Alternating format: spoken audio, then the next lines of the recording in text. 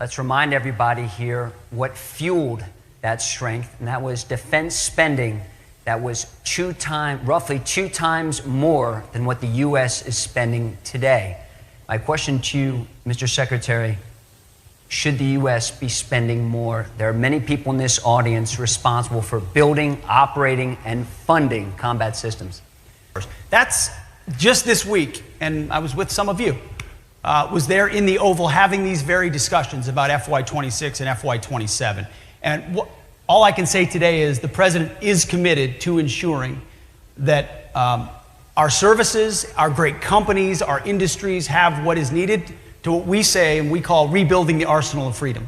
We need a revived defense industrial base. We need those capabilities. Because at the high mark of President Reagan, we were spending 6% of our GDP on defense. At the low mark of Jimmy Carter's presidency, we were spending 4.5% of GDP, and today it's about 3%. Do you think that number will go up? I think that number is going up. Can you take us back to the September 2nd strike off the coast of Venezuela, the very first one when combat operations began in the Caribbean, and walk us through the timeline and your role in it from mission planning, the operation, and the follow-on strikes? Absolutely. Let's move over to China, who now has the world's largest navy. For every 8 warships they're building each year, the United States is only building 1.8. They're building and modernizing their nuclear forces, building a nuclear triad. They're helping Russia build artillery, 300,000 rounds a month. The U.S. can only muster 40,000 rounds manufacture a month. How concerned are you about these numbers? Chinese shipbuilding is 230% greater than the United States' capability. How worried are you about that? Well, thank you for your remarks, Mr. Secretary, and for joining us here at the Reagan National Defense Forum. We are reminded, not only in your remarks, but all morning, about the Reagan Doctrine. That's peace through strength. Let's remind everybody here what fueled that strength, and that was defense spending that was roughly two times more than what the U.S. is spending today. My question to you, Mr. Secretary, should the U.S. be spending more? There are many people in this audience responsible for building, operating, and funding combat systems. Well, the President has said and continues to say he's committed to rebuilding the military, and that requires spending and substantial spending. People have asked me what keeps me up, and other than the operational aspects of the job, the men and women out there doing the work for us, which of course is top of mind always, it's actually been the budget. It's actually been resources. It's actually been ensuring that our team does all the spade work necessary with the services to make sure we're properly representing what we need to deter and fight and win our nation's wars. That's just this week, and I was with some of you, was there in the Oval having these very discussions about FY26 and FY27. And all I can say today is the President is committed to ensuring that our services, our great companies, our industries have what is needed to what we say and we call rebuilding the arsenal of freedom. We need a revived defense industrial base. We need those capabilities. We need them yesterday. And so resource-wise, I think this room will be encouraged by what we'll see soon, but I don't want to get too ahead of it. Because at the high mark of President Reagan, we were spending 6% of our GDP on defense. At the low mark of Jimmy Carter's presidency, we were spending 4.5% of GDP, and today it's about 3%. Do you think that number will go up? I think that number is going up. I don't want to get in front of the President and his desire to properly shape what the budget should look like.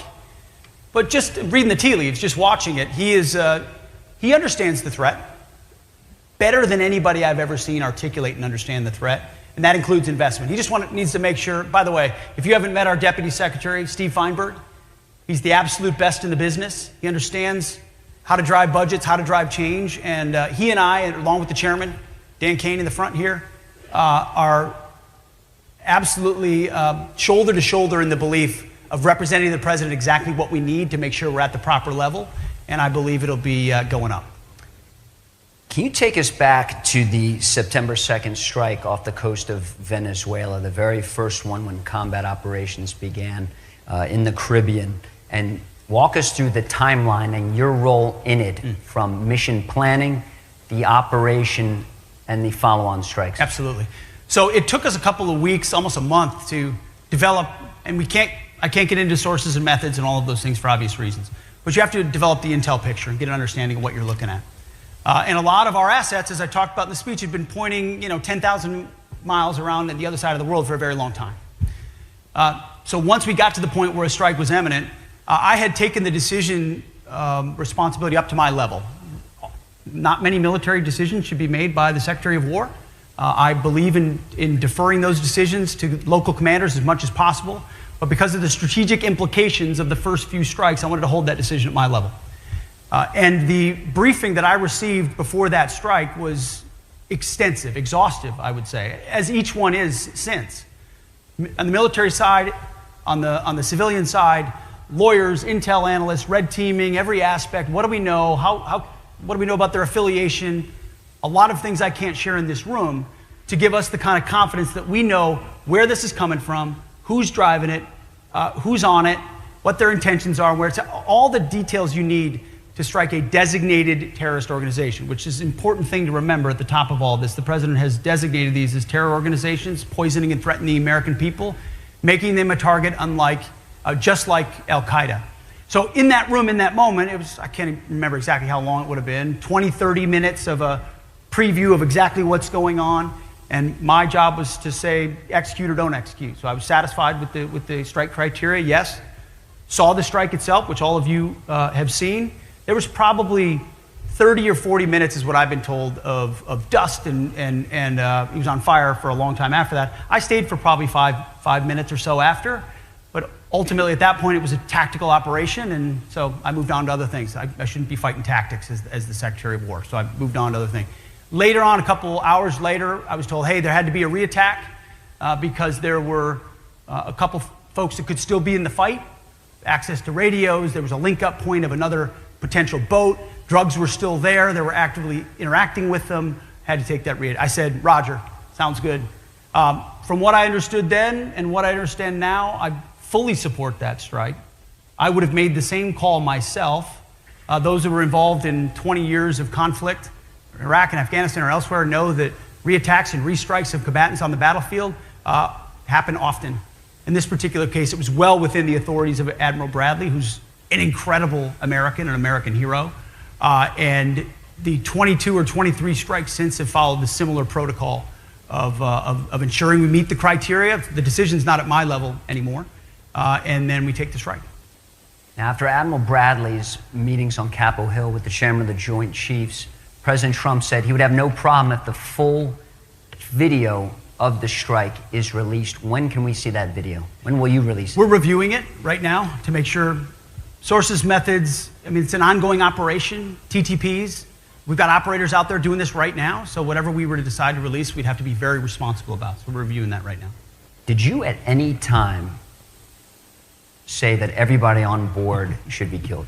Is anybody here from the Washington Post? I don't know where you get your sources, but they suck.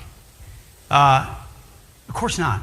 Anybody that's been in the Situation Room or they've been in the war room there, the Secretary's office, know you don't walk in and say, kill him. It's just patently ridiculous. It's meant to create a cartoon of me and the decisions that we make and how we make them. It's ridiculous. The chairman and Admiral Bradley and everybody shot it down immediately because anybody that knows that's not how things go. There's a very defined process, specific criteria, go, no go, yes, no, lawyers, intel analysts, everything. And then after that, you simply say cleared hot or not. And so, did you have a plan to deal with survivors? There was protocol for dealing with survivors, but in that, and frankly, there was 10 strikes later, there was a semi-submersible that I think folks here, meaning a submarine. You don't go fishing on a submarine full of drugs. And in that particular case, the first strike didn't take it out. A couple guys jumped off and swam, from what I understand, a ways away. When we struck the submarine a second time, it sunk, and then you had two people that you had to go get, and we had the ability to go get them. We gave them back to their host countries. That's a story that's already been out in the public. So we didn't change our protocol. It was just a different circumstance. So what people think is cavalier or cowboy about it is the exact opposite. These are the most professional Americans going through specific processes about what they can and cannot do, understanding all the authorities, all the laws of war, all the capabilities, and applying it to deter our adversaries. And by the way, there aren't many people getting in boats right now running drugs, which is the whole point. We want to stop the poisoning of the American people. The catch and release program of the pat them on the head and release them so they can go back to the fight didn't work in Iraq and Afghanistan, and it's not going to work in the Caribbean. So we're putting them at the bottom of the Caribbean, which forces them to change the way they operate and hopefully makes the American people safer in the process. Not hopefully, it will make the American people safer in the process. So, Mr. Secretary, you will be releasing that full video? We are reviewing it right now. Is that a yes or no? That is, the most important thing to me are the ongoing operations in the Caribbean with our folks that use bespoke capabilities, techniques, procedures in the process. I'm way more interested in protecting that than anything else. So we're reviewing the process and we'll see. Let's move over to China, who now has the world's largest navy. For every 8 warships they're building each year, the United States is only building 1.8. They're building and modernizing their nuclear forces, building a nuclear triad.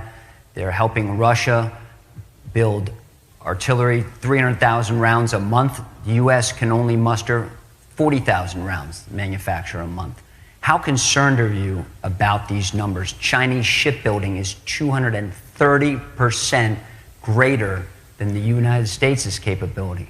How worried are you about that? Well, we're obviously well aware of their historic military buildup. It's right in front of us, which the most important thing we can do is look inward and increase our urgency of ensuring we rebuild our defense industrial base in the Arsenal of Freedom. I mean, that's why we're crisscrossing the country. That's why we did an entire acquisitions, requirements, and foreign military sales overhaul. Not a reform, not a tinkering. Ask the folks that understand it, our folks that are doing it. This is a complete game change in how we deliver systems to the battlefield. We have to. We don't have time.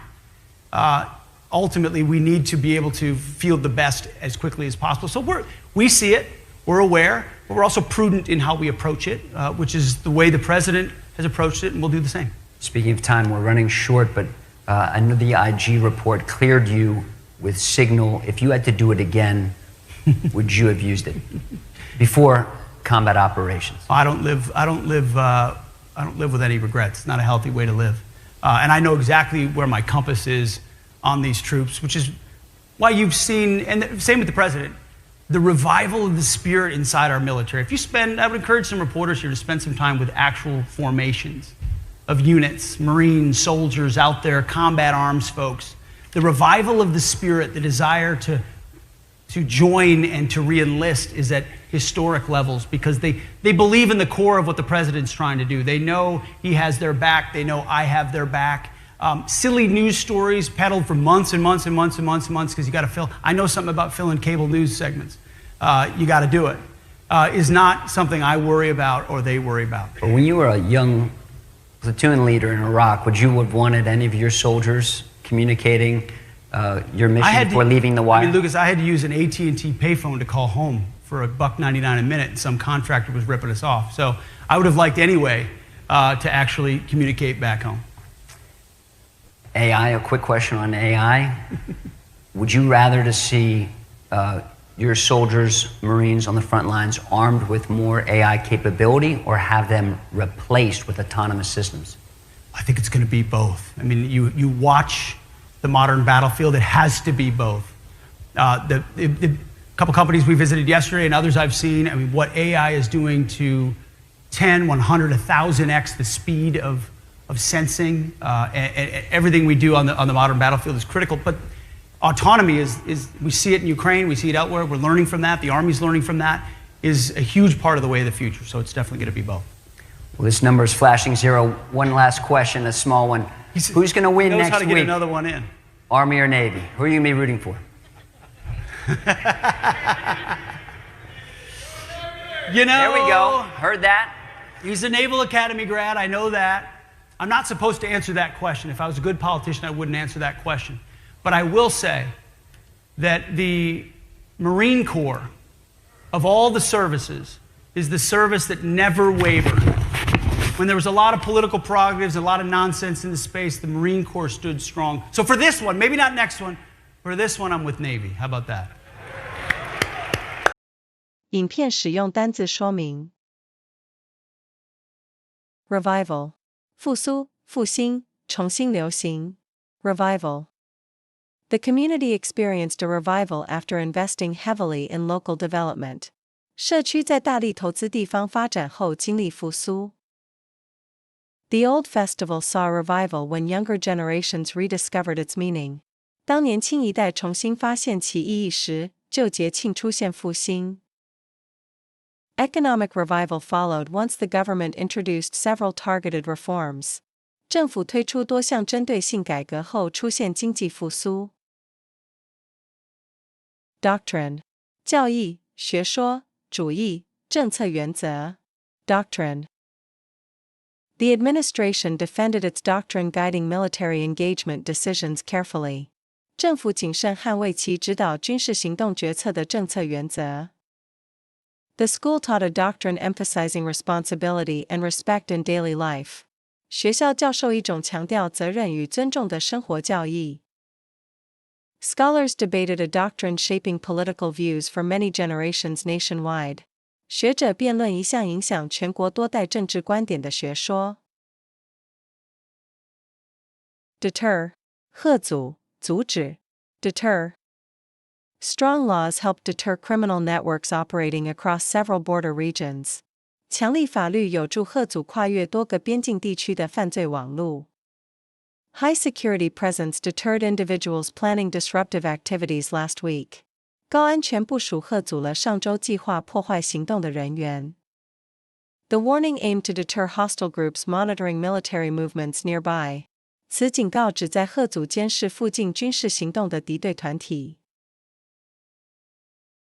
Arsenal 兵工厂、武器库、一系列资源。Arsenal. The military expanded its arsenal to address threats emerging across many regions. 军方扩大武器库以应对多个地区出现的新威胁。Advanced drones were added to the arsenal supporting long-range surveillance missions. 先进无人机被加入武器库以支援长程监视任务。The nation built an arsenal including tools necessary for cyber defense operations. 该国建立包含网络防御必需工具的资源库。Defer 延后。Defer. They decided to defer the meeting after unexpected security concerns emerged today. 在今日出现意外安全问题后，他们决定延后会议。The department will defer decisions until receiving updated intelligence reports later. 部门将延后决策直到稍后收到更新情报报告。She chose to defer enrollment while addressing important family responsibilities first. 她选择延后入学，同时先处理重要家庭责任。Affiliation 隶属、从属、加入关系。Affiliation. The agency verified each individual's affiliation before granting special access privileges. 机构在授予特殊存取权前验证每个人的隶属关系。Investigators asked about his affiliation with groups known for extremist activities. 调查员询问他与知名极端活动团体的从属关系。The report clarified the organization's affiliation after rumors caused public confusion. 报告在谣言引起公众混淆后厘清组织的隶属关系。谢谢观看本影片，如果您觉得这部影片对您有帮助，敬请订阅、按赞、分享、开启小铃铛。See you next time.